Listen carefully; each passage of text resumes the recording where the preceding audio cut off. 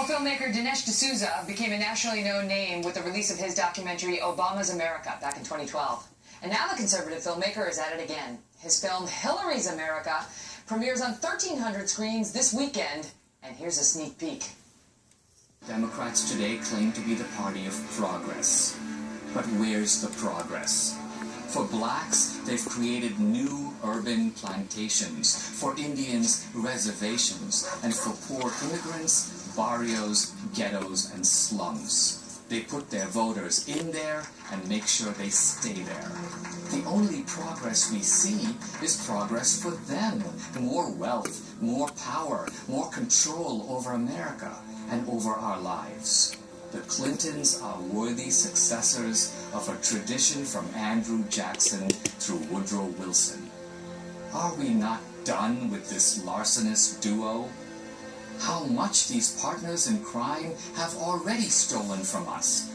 How much more will we let them take? Some candidates in this race are resorting to ugly, hateful rhetoric. Hateful rhetoric? The Clintons are hateful people with a hateful history.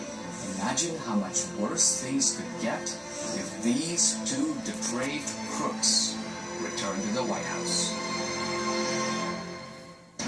Hillary's America, in theaters now.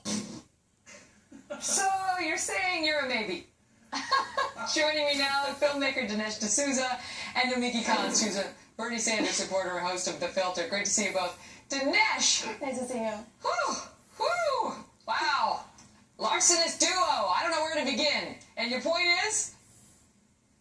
Well, my point is that people need some vaccination or inoculation against the propaganda viruses that are going to be unleashed at the Democratic Convention next week.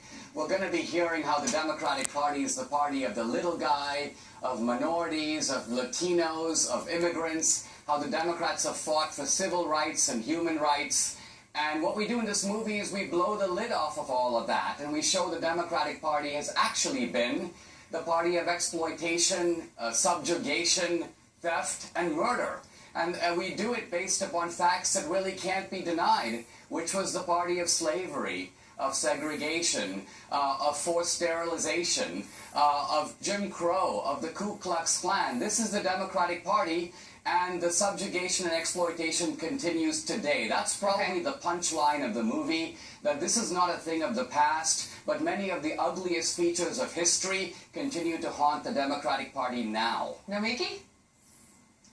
This movie is no Citizen Kane. It's a parody of a parody of a parody of a conspiracy theory movie. Listen, I wish the Democratic Party was that powerful. But the reality is that the Republican Party has the House, they have the Senate, they have every single state pretty much controlled in the legislatures. And listen, if Hillary Clinton was so powerful, this is a woman who had 2 super PACs, had 470 super delegates stacked up a year before she was running for office. She had Debbie Wasserman Schultz running the DNC, her former chair. She had more money than God, and yet this socialist from Vermont was able to get 46% of the vote in pretty close primaries. So if she were that powerful, I mean, listen, I'm not the biggest Hillary Clinton supporter, but she's not as powerful as you think she is, and I'm sure you're making a lot of money off this movie. It's a good time to be in electoral politics for documentary filmmaking. Well, of course, it did come out today that not only did she have a lot of power, but she had some friends in high places, because these leaked DNC emails reveal that the Democratic National Committee was putting its thumb on the scale for her